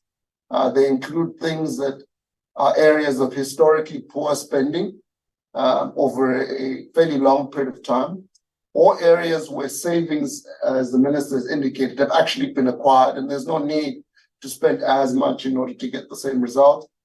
In addition to that, programs that are being targeted include entities that are part of the restructuring and reconfiguration process. So if you look at the numbers that we tabled, including in Chapter 4, as well as in Annexure C, you'll be able to see that there are specific items that are growing the same, if not a little bit more than they were at the time of the 2023 budget. So you can see that protection, including, for example, on social grants, which are protected. But also you can see, for example, that transfers to public entities have been targeted for cuts, for reasons which have been discussed on numerous occasions in this committee regarding the duplications, the high level of spending, and other things in these entities. And the final element that's important to emphasize is we've also targeted entities and programs where surpluses have built up over time. This includes, for example, in the higher education space, where NSFAS has actually built up surpluses over time. And this is clear if you look at their annual financial statements, that in fact, a reduction in transfers does not necessarily translate into less money for funding for students, because the entity has accumulated surpluses over time. With respect to the question from Honorable Ryder on why the provincial equitable share is rising, a key reason for that is, as Minister indicated earlier, we're proposing to compensate large personnel-intensive departments for the costs of the wage agreement in 2023, and of course the biggest happened to be in provinces, which is education and health. On the question from Honorable Lenzana about how many people would lose their job, we are not proposing to throw people from their jobs. We don't have that type of proposal. What we are working on is an attrition-based strategy, which is basically where people in non-critical areas, when they leave, we restrict the replacement of those non-critical posts. So that is a different kind of strategy than cutting people from their jobs. And this would include, for example, individuals who are either close to retirement age or at retirement age, or individuals who are working in very administrative functions of government, or functions where shared services can be combined. And finally, on the question comparing the fiscal gap that we experienced back in 2016 and 2017 to the fiscal gap as articulated in the current period, Honorable Kaiso points out the differences in the revenue shortfall. A more complete way of reflecting on this is to consider that, first of all, the fiscal deficit at the time was much, much smaller than it is today. And the debt was much, much smaller than it is today. In other words, the gap between revenue and spending was not as big as it is today. So it's a more complete perspective to consider that. That's the first thing. The second thing is it's also important to remember that in response to the emergence of those revenue shortfalls at the time, VAT was increased and personal income taxes were increased to try and close the gap. So we don't want to go back to the days where we're having to raise taxes on citizens in order to just cover all of the fiscal gap. And indeed, the attempt to do so back in 2016 and 2017 has been reflected both to the committee and in other public forums in the past, did not actually succeed in closing the gap.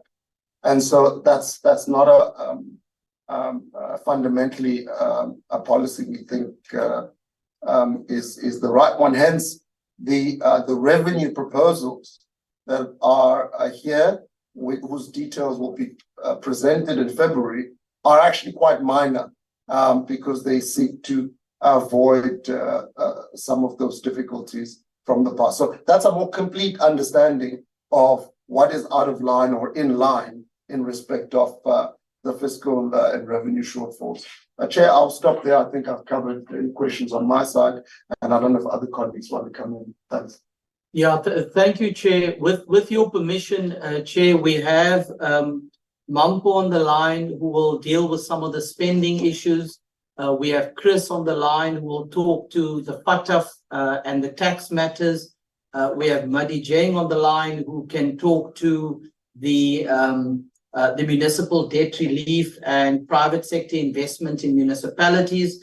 And then, of course, there are other colleagues that may want to come in as well. So with your permission, Chair, if we could just hand over to them and ask them to come in. Thank you. Perfect. Good afternoon, honorable members, chairpersons of the different committees. I'm just gonna take you through or respond through quickly to some of the questions that have been posed in terms of public finance. The first one is basically on how we're protecting the departments that have managed to demonstrate sound financial management and looking at across the board reductions. I think what we did in this round, chairperson and honorable members, is that one, we went through the different programs that exist in the department. Secondly, we looked at the spending patterns of the department within specific goods and services. So for example, for a department such as police, where traveling is essential to their business, we didn't impose significant reductions compared to a department, for example, such as the Treasury, where transport or traveling is not essential. So the manner in which we did this was to make sure that the core functions of the departments are protected, and that we don't cripple the departments, that not only the ones that have proper financial management, but also departments in general, and trying to protect service delivery. The reductions or the proposed reductions on the social grants, it is not money that should have been used to fund the SRD or other grants. Basically, this is an underspending or potential underspending because of the criteria that we implemented to make sure that we deal with inclusion errors in the grants. So it doesn't impact on paying more people, but it is purely because of the lesser numbers because of the criteria that we use, but also from the rest of the grants, lesser numbers compared to the estimate that we had. And then I think the issue of the employment programs, the Presidential Employment Initiative, what we are looking at here, honorable members and chairpersons, is how do we improve efficiencies in the employment programs? Instead of just adding another employment program, how can we make the employment programs that we have already to be more efficient and effective and show impact? So there's a review that we are doing in EPWP and Community Works program. These programs are 5-year programs, and every 5 years there's a review that takes place so that we can see whether these programs are efficient. And from that review, we will basically look at shifting funds from programs that are not efficient, that are not adding value, that don't have impact, and we will be moving those funds to the Presidential Employment Intervention.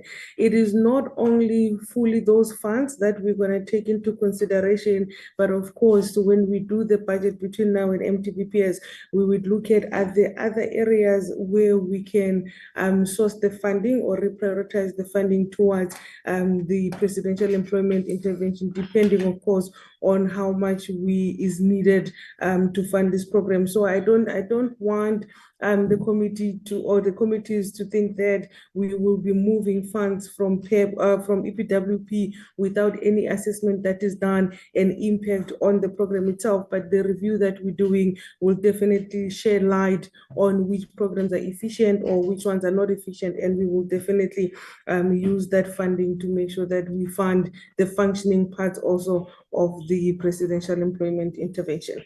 Thank you. Chris?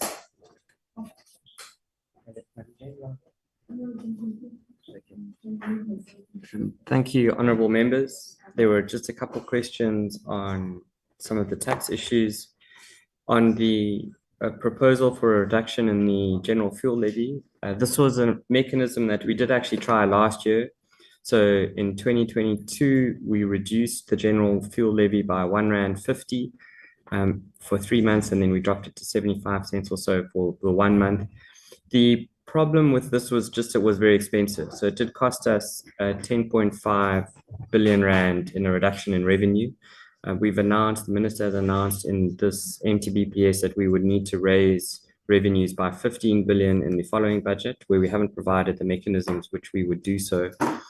If we were to then again implement a reduction in the general fuel levy, it would be very expensive and would require either additional increases in tax measures to fund that or further reductions in expenditure. So that is why we are looking at these types of issues, but we are very wary about the cost implications. Similarly, for the zero rating of additional goods, we did an independent panel after the last increase in the VAT rate in 2019, and the independent panel looked at a large number of the goods that could potentially be zero rated. We went through and then provided additional zero rating for some of those goods. And those goods were all very well targeted to the poor. So the poor would consume those goods in a much higher proportion than those in higher income deciles. If we were to zero rate some goods which are mostly consumed by those in higher income deciles, we actually lose a lot of revenue, but it isn't very progressive because a lot of that benefit doesn't go to the poor, and we lose. We would again need to make up for that loss in revenue by either increasing taxes elsewhere or reducing expenditure further. I think those are the only two major tax issues that were left that weren't discussed. Thank you, ma'am. Thank you very much, honorable chairs, members of the committees. So I will respond to the infrastructure questions for local government, and then municipal debt relief and the other one. So on the infrastructure, I think the honorable member raised the concern regarding cutting MIC and impacting on salaries. So what I want to say there is that MIC is essentially not meant to pay salaries. Neither is any infrastructure grant. But what we see is that often that's what municipalities do, that when we sometimes register underspending, part of that you will not find it in the bank, then which means that the money was spent for other purposes other than infrastructure, which is a major concern. And I think it's a major concern that says if we do that, then it means the allocations that we are reflecting on infrastructure are therefore not able to deliver on the investments that we need also to support the economy. So that is a problem. So the challenge also with regard to the revenue sources, I think I will reflect on this in terms of the concern that was raised with a decline in the revenue from energy. So what is a problem there also is that municipalities, the way they manage the trading services is a problem. And I think that is what is becoming very evident at the moment as we look at how much they buy for electricity, the cost for bulk, and how much they're able to actually collect. So the first problem is they consider the revenue from the utilities, whether water and electricity, as a general revenue. That is fundamentally problematic because it means that that revenue can prioritize other things like employment, the wage, which is what we are seeing, that they're using infrastructure to pay the wage bill, and then they will take money from the trading services and then also pay the wage bill. Then you see the bloated administrations with people that are not skilled, and which I think is a problem because, and it arises because municipalities, maybe people believe that that is part of creating jobs. And yet actually that is not the best way of creating jobs because then it undermines municipality capacity to be able to run its business in such a way that it can deliver services that can attract investments. So part of the debt relief program that municipalities have been afforded to is also to help them correct their practices, financial management practices, revenue management practices. And that is part of what we need to look at when we look at the revenue of municipalities, because the question is always are they optimizing on the current revenue sources? And what we are seeing with electricity is that there is a problem. So now the debt relief conditions requires them to start, first of all, paying ESCOM, as an example, the current debt. So it's going to be they're going to have to cancel the debt on a 3-year basis. So 1 year, first year they behave in the correct manner, and then it is cancelled 1/3 over the 3 years. So the objective is actually to help them or to enable them to start adopting the practices of revenue management. So that means addressing those problems that has resulted in them collecting so much less than what they're actually paying for. And we are looking at those things like tariff setting, but like also ensuring that they are eliminating losses, like putting smart meters. And I think the issues of maintaining the network also becomes quite important. And also just the culture of payment, and also the payment by the consumers of their services. So that is part of what we are wanting to do. So what is important for us is that they have to make sure that when they manage electricity trading account, you are able to account for what you are buying and what you are selling for. And then so that you are able to pay for the bulk services before you actually take the money for other things. So I think that is the idea, and we believe that is a way of restoring proper financial management and revenue management in the municipality. So on the last issue around whether there are programs aimed at enabling municipalities to create an enabling environment for investments. So government runs a lot of programs. I think we spend about 2 billion a year on capacity building as an example, right? We run municipal infrastructure improvement program, municipal financial management improvement, city support programs. So there is a lot of programs that we are running. But what is important is the environment that exists in the municipality. So if municipality is politically dysfunctional, what is very clear is that even the investors, they don't want even to touch that municipalities. Like our metros at the moment, they have got very strong asset base. They can actually borrow in order for them to invest in a much extensive way in the infrastructure. But many of them, the lenders won't, because of the political instability that then undermines administration and lead to financial management challenges.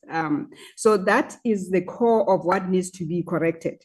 And if we are able to do that, then the issues of being able to do the basics in order to ensure that you are managing your finances well, you are generating enough revenue to be able to pay for the debt that you are raising for infrastructure, that is also able to attract investments because there's a reliable platform, then it becomes actually working. So that is the key issue. So we can actually come and share some of the programs that we are running, like city support program with the metros that we have been running for a number of years. But it has been undermined by political instability. And that is a major problem that even the investors, whether they want to invest within the space or whether they want to, whether it's about borrowing, lending them, they look at that and then they shy away. Because remember, national government doesn't guarantee municipal debt, as an example.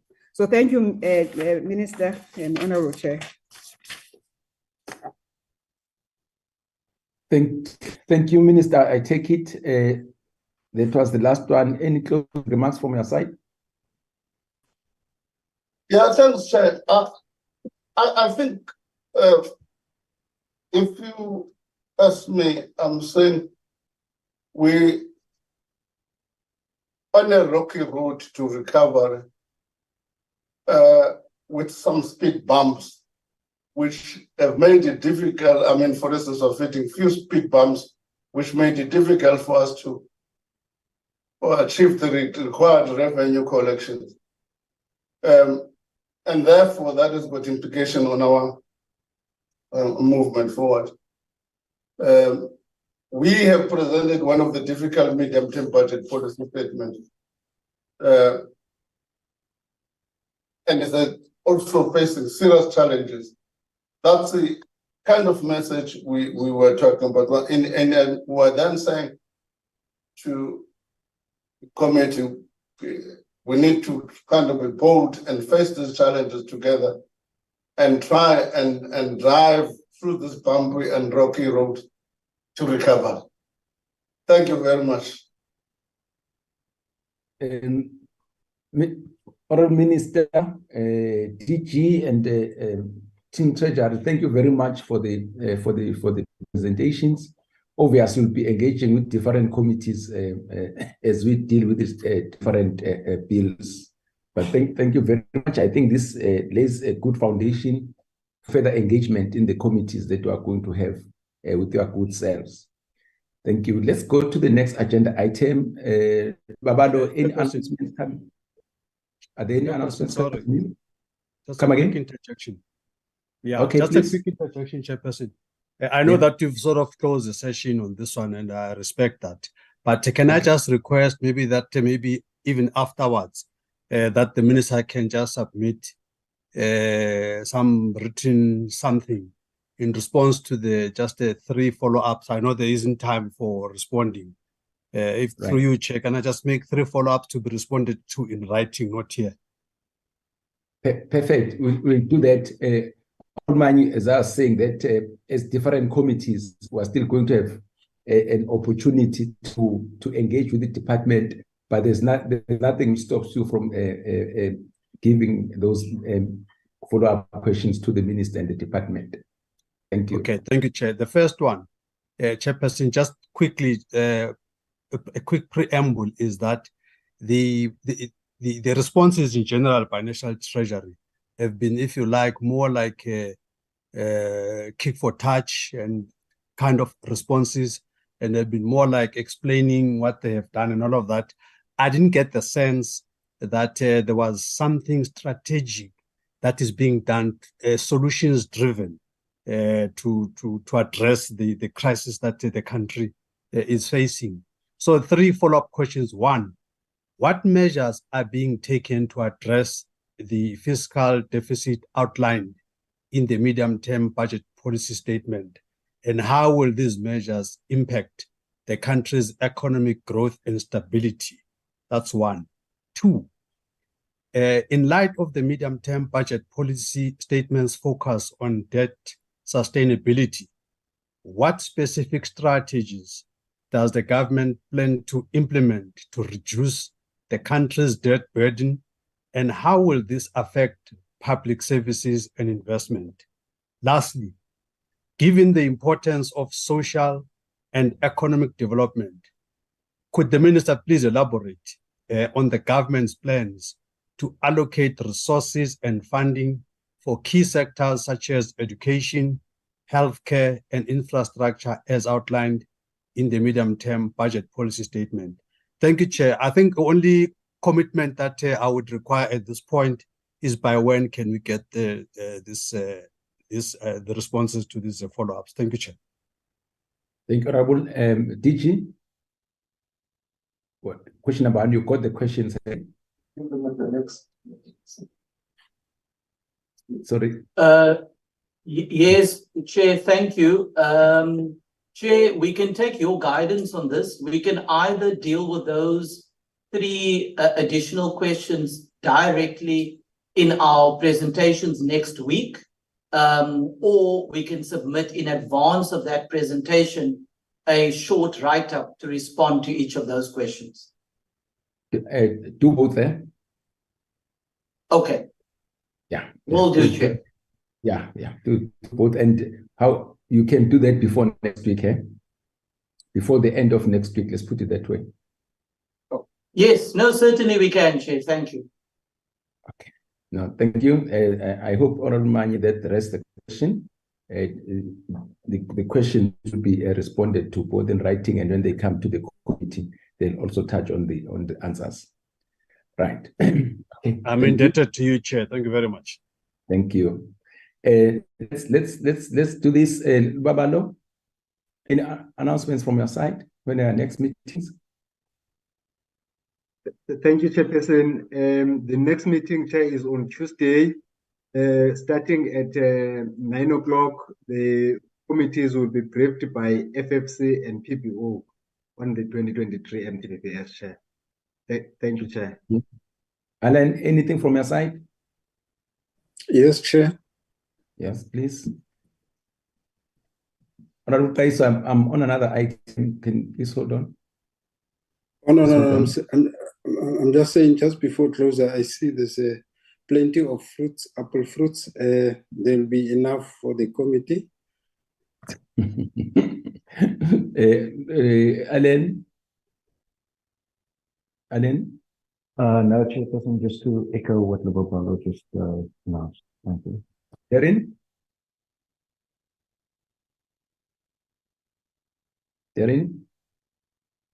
I guess it's going to be the same announcement, because those will be that will be a joint meeting next week. Yeah, once more, let me take this opportunity to thank everybody who participated in this engagement. It lays a good basis for our further engagement with the department as separate committees, as we deal with the separate bills that the minister presented as part of MTBPS yesterday. This takes us to the end of the meeting. I thank you, Team Treasury led by the minister, honorable members, everybody, the media on the platform, our colleagues from the provinces. Your presence highly appreciated. This brings us to the end of the meeting. The meeting is adjourned.